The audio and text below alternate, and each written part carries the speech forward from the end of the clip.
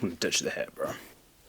No, never mind. Welcome to another video. This is Road to Planche episode 1. Firstly, for those that don't know what a planche is pretty much a push-up position with your feet off the ground. It looks absolutely impossible, and when I first saw calisthenics, I thought the planche was photoshopped. I did not think it was even real. A lot of people that I follow, like Chris Heria, Andrew Strong, when I first sort of started to see this online, I thought they were the biggest hoax. And for people that do know what a planche actually is, you know the amount of time, dedication, and consistency it actually takes to achieve this skill. A lot of people have mixed opinions on how long it takes. Some people say 6 months, which is ridiculous in my opinion. Some people say a year, some people say 3+ years, and that's the most common answer. So I think this series is going to be pretty fun. I think it's going to be, a lot of learning, a lot of research, and a lot of experimenting. Right now, I don't even really know how to structure my training. This is all so new to me. But before we get into the current training and the current protocol and the current plan, I want to sort of take you guys back through my backstory of how I got into fitness,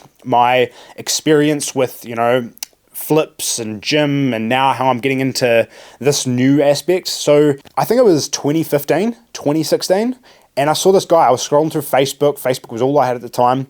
And this guy learned how to backflip in 6 hours with just a mattress in his backyard. So I was inspired. I could do a backflip on a trampoline, but I'd never even thought about trying it on the ground. I had them pretty good on tramp as well. The next thing I did was rip apart my bed in my room, took my mattress outside. Mum pulled up home. She yelled at me for a bit before I convinced her and showed her the video. And I was like, I'm doing this. I can do this. And she was convinced. She was scared and didn't want to watch. It's fair enough. But for the next 3 weeks, I, jammed backflips. I would come out every day after school and I would spend hours honing the skill. And eventually after 3 weeks, I landed my first one on feet. And then something clicked in my brain. And the problem that I had for the first 3 weeks was that I was throwing my chin back and I was cutting all my height straight away.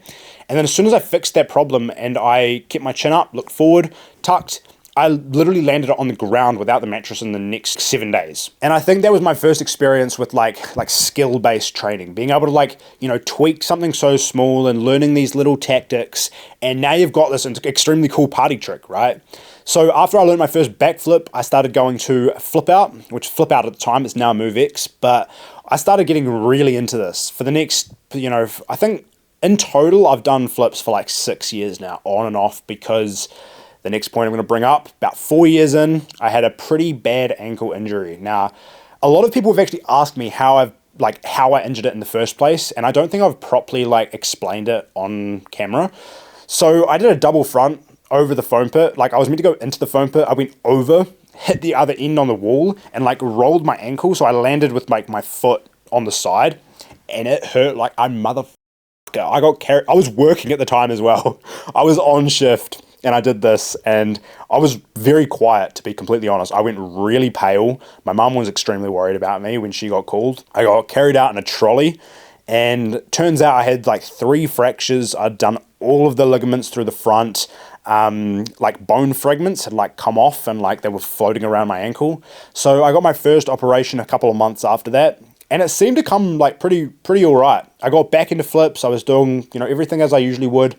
And then since that injury, it's just been off and on. I've had 3 instances where it's just completely gone again. I've been on crutches for weeks and it's sort of recovered.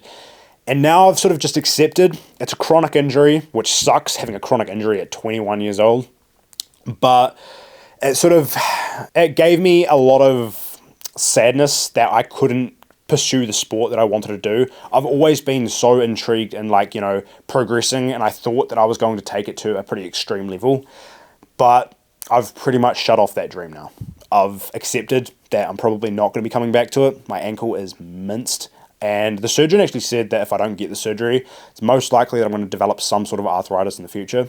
And to be completely honest, that gave me a bit of depression. That was very hard to hear from a medical professional. But let's rewind a little bit. So I got into the gym like a year or so after I was doing flips to sort of help assist with power, that sort of thing. I actually started in my home gym in my garage from my parents' house, and we actually had a decent amount of equipment. It was pretty cool to, be able to, I think the routine through high school was I would train in the home gym before school started. So I was waking up at 4 a.m. I would go to school. I would go coach at Flip Out, because I actually got a coaching role as well. And yeah, that was my routine through high school. And then after I finished high school, I was mainly just doing gym because of my ankle. I did my first bodybuilding prep in 2022.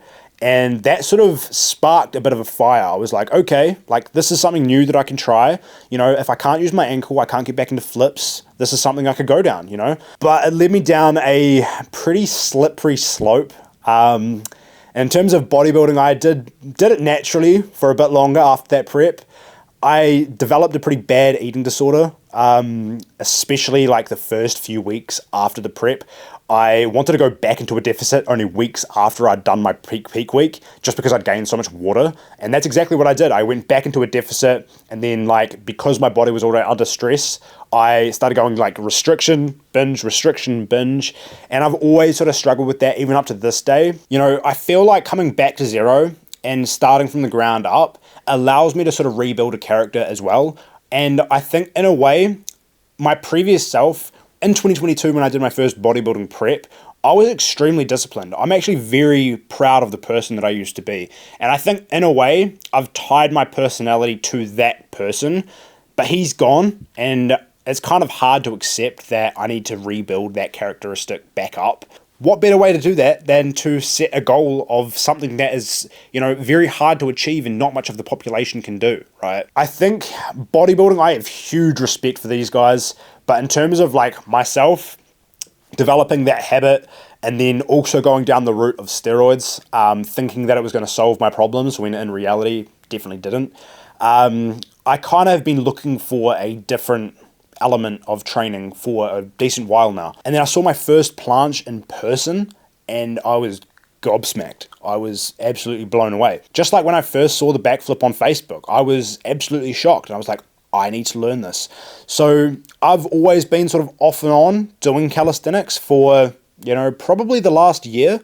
But I think the main problem that it comes down to is letting go of the ego of, you know, being somewhat decent at something and being the complete beginner again. Being in the gym, somewhere where I've always been pretty confident with, and now going in, doing something completely different that I'm completely unaware of, learning new skills that I feel silly doing, kind of deters me away from wanting to pursue that, right? But I think it's also a good way to realize that you need to block out other people's opinions. I'm seeing all these crazy skills, and the only way to achieve these skills is by training them and doing them and starting from the basics. So pretty much that leads me to the point of this video. I think, you know, starting something new is extremely hard for anyone, especially when you've done something in the past at a pretty high level, and now you've essentially stripped that all back and you're starting from zero. It is extremely hard to commit to that fully, which is why I haven't. I've always bounced in and out of, you know, going from calisthenics, going back to weights, going to calisthenics, going back to weights.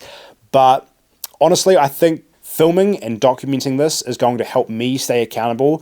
And I think, you know, for people out there that want to get into calisthenics or even just want to try something new, even if it's getting into parkour, flips, don't get injured like me. But if you're wanting to start something new, just do it and film it as well, because then you can look back from, like, you know, if in 5 years, hopefully I can planche in 5 years, I can look back at these videos and I can be like, oh my God. Kind of rambling on too much. Like I said at the start of this video, it's pretty awkward for me talking to the camera. I feel like I've recorded this video 20,000 times. So we're going to wrap the video up there. I hope you guys enjoy, and I hope you guys, you know, following along for this journey, get inspired to try something new or even start calisthenics yourself.